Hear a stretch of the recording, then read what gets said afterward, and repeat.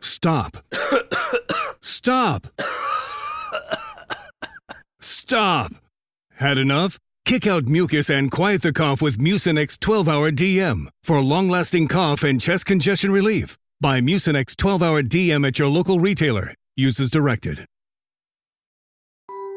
This episode is brought to you by Global X. Since 2008, Global X ETFs has been committed to empowering investors with unexplored, intelligent solutions. Global X specializes in exchange-traded funds that offer exposure to the artificial intelligence ecosystem, including themes like data centers, robotics, semiconductors, and cloud computing. To learn more about Global X's entire suite of ETFs, from covered calls, fixed income, emerging markets, and more, visit globalxetfs.com. Welcome, everybody, to this week's podcast episode for the Financial Freedom for Physicians podcast. I'm your host, Dr. Christopher Liu, and here we talk about 4 different types of freedom: time, financial, location, health freedom. And in that light, I'm always looking for entrepreneurs, people doing things on the cutting edge, and interested in getting them on the show, having fantastic conversations and sharing it with the world. So today we have Jesse Fisco, and he's actually got an interesting story. He's created and ran multiple 7-figure companies, raising capital, angel investing. He's got a very inspiring story. He's on YouTube. We're talking all about alignment, achieving excellence, and success. So today I'll bring Jesse on the show and let him introduce himself. So Jesse, welcome. Hey, thank you so much, Christopher. I appreciate the invite, and I'm excited to be speaking today. Yeah. No, we had been through Podmatch, and I know that you have a very interesting story. So tell everybody about your background and we'll get it. Yeah. So my entrepreneurial journey started about 7 years ago when I started buying my own houses for investments. Over time, it's almost like it was a calling, and people started asking us, can you help us buy investments? So naturally, the progression of being resourceful led us to the next, all right, let's start our real estate business. And throughout that, we found a lot of success. We have a company here in Utah. We have a company out in Nashville. It's all focused on real estate.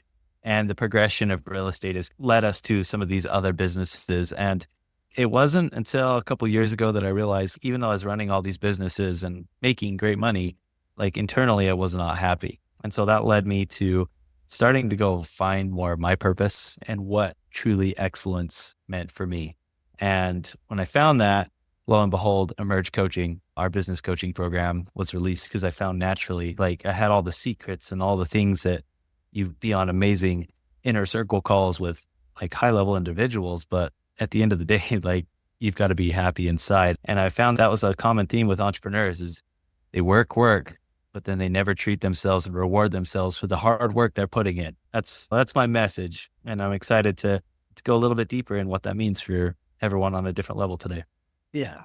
It's interesting because one thing talking about that or talking to you said you found the moment in your career you noticed very unhappy birds. That sounds like I actually experienced this too. I had all the check boxes, all of this, and just still unhappy. So tell us about that, and how you've been able to align yourself.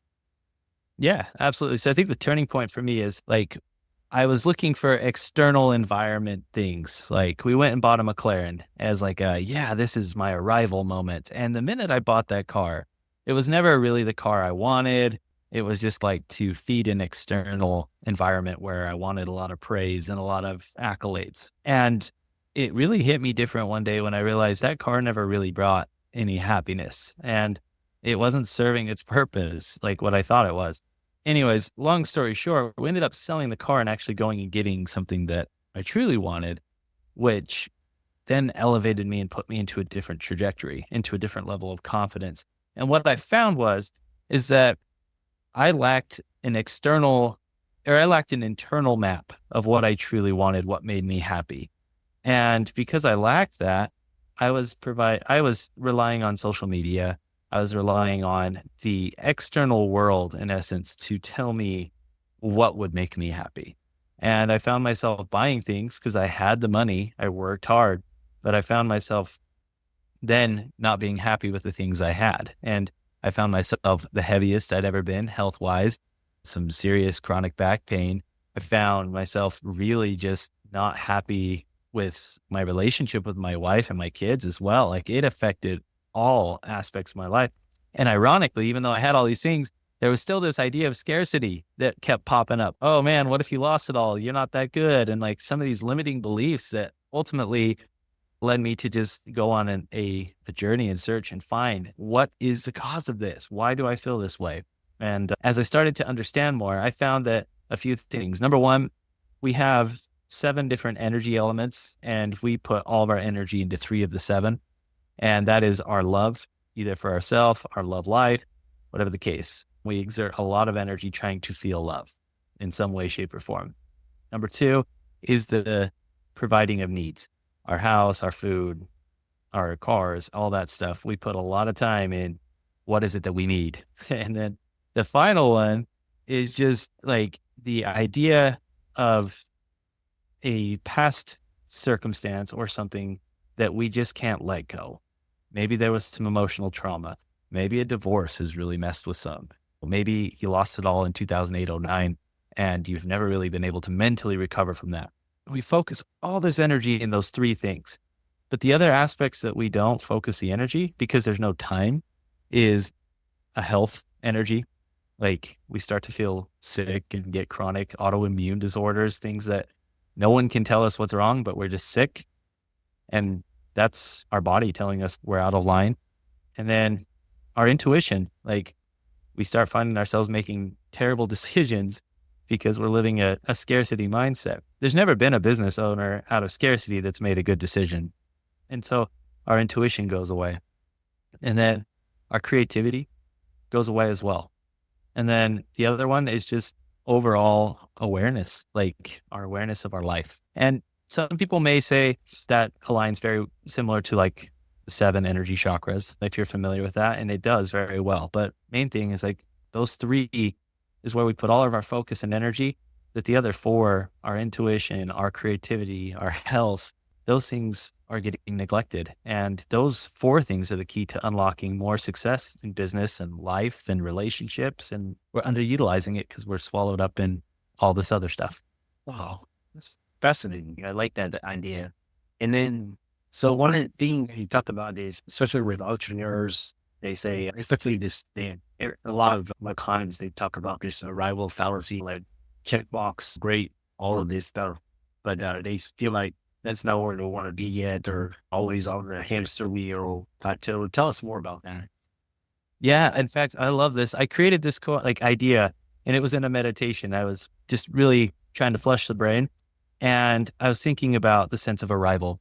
And when you hit the I have arrived, when you hit arrival, whatever that is in your mind, instantly is when survival kicks in, plain and simple, because you plateau, you've capped at that point. So now you're in a survival mode of keeping it up, and you start to actually find yourself going backwards, and all the things you were running away from in the beginning are starting to come up, and it's a spiral motion going downward. And the thing is, have you really arrived? Is there more that you feel that you could give? And the thing is, most people don't understand that it's because they don't know what the next thing they're working towards, right? We start our business, we have this goal. Most people, if you ask them how much money, they say, I have a goal to make $1 million by the time I'm 30. Well, $1 million is irrelevant anyways, because $1 million is what your parents taught you was a lot of money back in the 90s. Now $1 million can't even buy you the house you want. And that's the thing, is they'll tell you $1 million because they're programmed that's a lot of money. And then they get to $1 million and that's it. And then they realize, and they're disappointed. Oh, I don't actually have the things I want. And man, I worked all this energy, all this effort, and I still don't have what I want. And then they get frustrated with themselves. And it's interesting. And the reason why is because they just don't know the next step. Okay, great. Your goal's $1 million. That's what's motivating the heck out of you. Okay. After you hit that $1 million, what's the next thing you're going to work for in the 5-year goal? What is it? Is it a nice car? Is it a nice house? Is it a relationship with a spouse? What is it that you're working towards? And most people, if you ask them what they want, they'll go and tell you all the things they don't want first. And I didn't ask you that question. I asked you what you want, and they can't tell you. And that's what we do here at Emerge Coaching, is help people realign and say, this is what I want. This is what I'm working towards. And we help them design it over a 90-year plan So they know what the next thing is they're chasing. They don't have to worry about stopping and plateauing or feeling like they've arrived.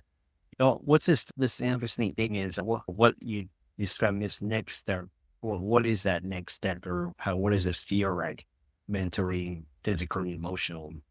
Yeah, there's always these little throughout our coaching program that we discuss here.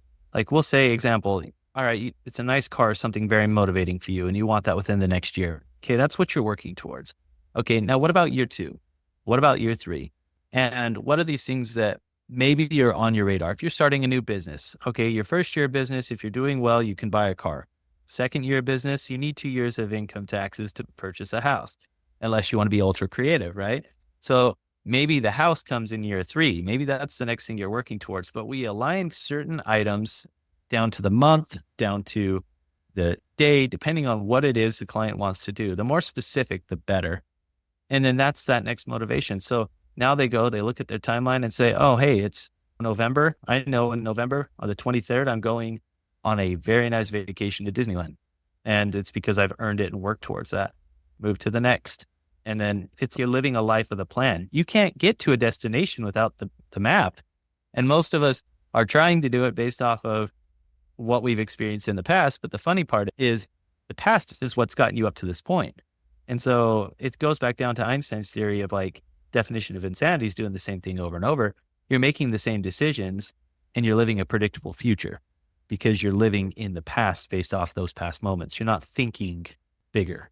Yeah. And it's an interesting idea, but we see a lot of people come through and go, holy crap, that makes all the sense in the world. And then things start to unlock relationships, awareness, like more gratitude, all the things that all these gurus tell you to have, like your affirmations. No, they come naturally because you're hitting your goals and you're winning. And that's what's really cool about what we offer here.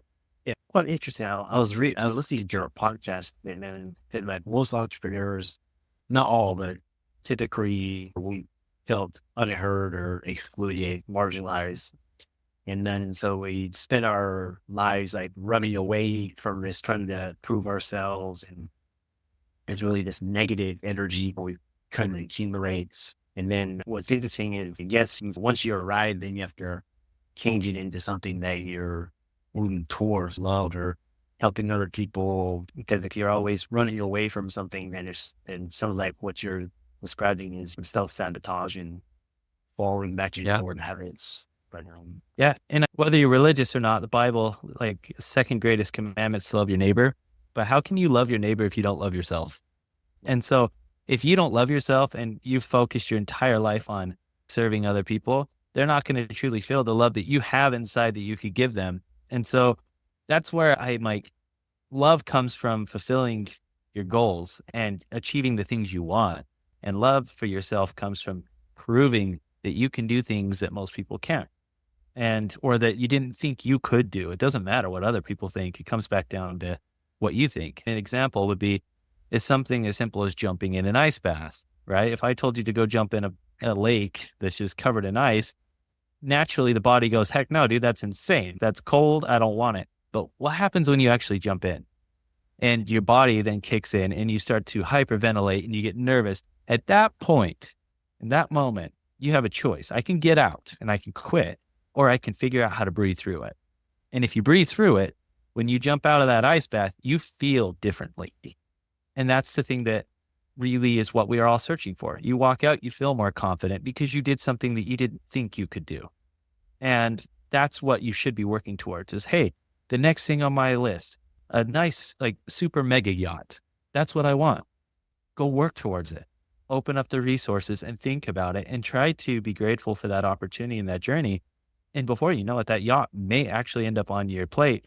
And then you're sitting there going, holy crap, I did this. Now the next step, what's the next thing I want to prove myself? And it becomes a relationship with yourself and with your body, as opposed to the external environment and what everyone else is thinking. Because I can guarantee like the things that make you happy and the things that make me happy are probably similar in nature on some areas, but totally different in others. And that's the thing is like, doesn't matter what I think makes me happy. It matters what you, Christopher, makes you happy. And that's, the purpose of life. Yeah. Yeah. It's been actually a very interesting discussion because we're talking about trauma and how we manifest and overcoming it and we're getting to the end of the conversation.